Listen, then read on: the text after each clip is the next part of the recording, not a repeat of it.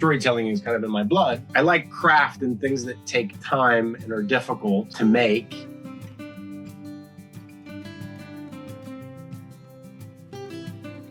It's a good question. No, it took me a long time not to be self-conscious and sort of be mildly, to not be terrified. Really took me a long time. I don't know if there's any acting school that can really prepare you for the permutations of set life, the vagaries of life. It's a really bizarre thing to do. So no, I was not comfortable on camera, no, not at all. No, I was very granular. You know, it was like very, I don't want to work at the restaurant, get the job. I'm broke, I need $5,000. Put $5,000 in the bank account. What's the next audition? Get the audition. I was just looking to work. There was never an idea of like, I just want to be a regular working actor. I think I did have outsized ambition and I knew I could do big things, so to speak. But again, there was no like Beautiful Mind scene in my room where I'm like, and then I'll hopscotch from that to working with Martin Scorsese.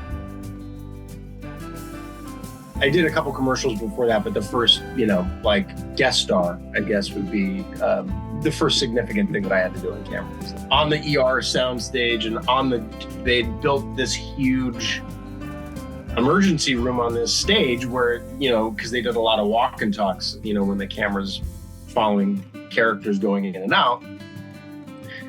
And I want to say we did a rehearsal in the nurses' station, like where the center of the activity. I remember everybody coming in, and it's exciting when you're a young actor and you're going to work with Maura Tierney and Sally, Field, and it's an exciting thing.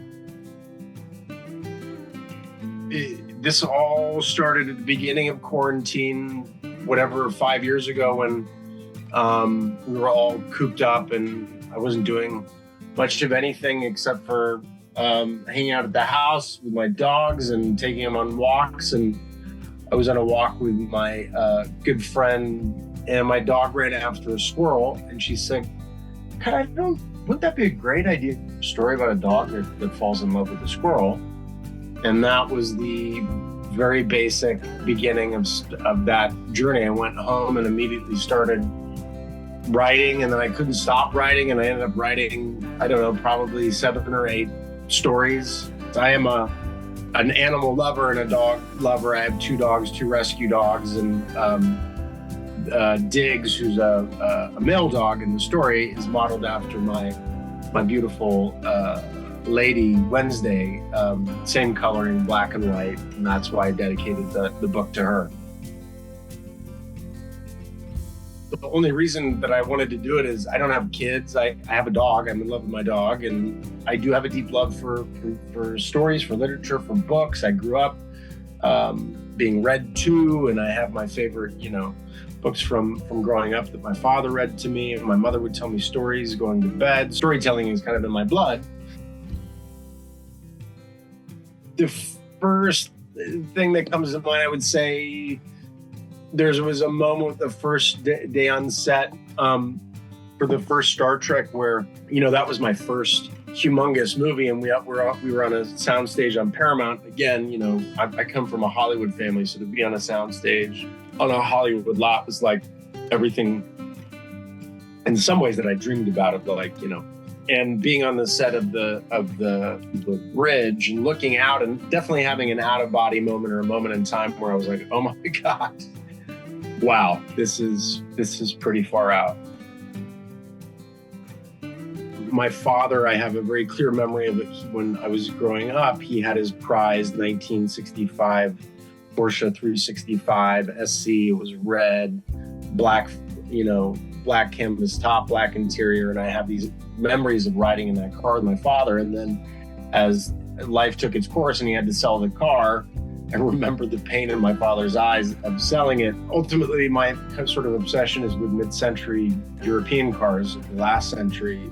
There's something more romantic to me about getting in a car that you're not sure is going to start. And if it's not going to start, why is it not starting? A car that you can dedicate a Sunday afternoon to driving in the hills of Los Angeles.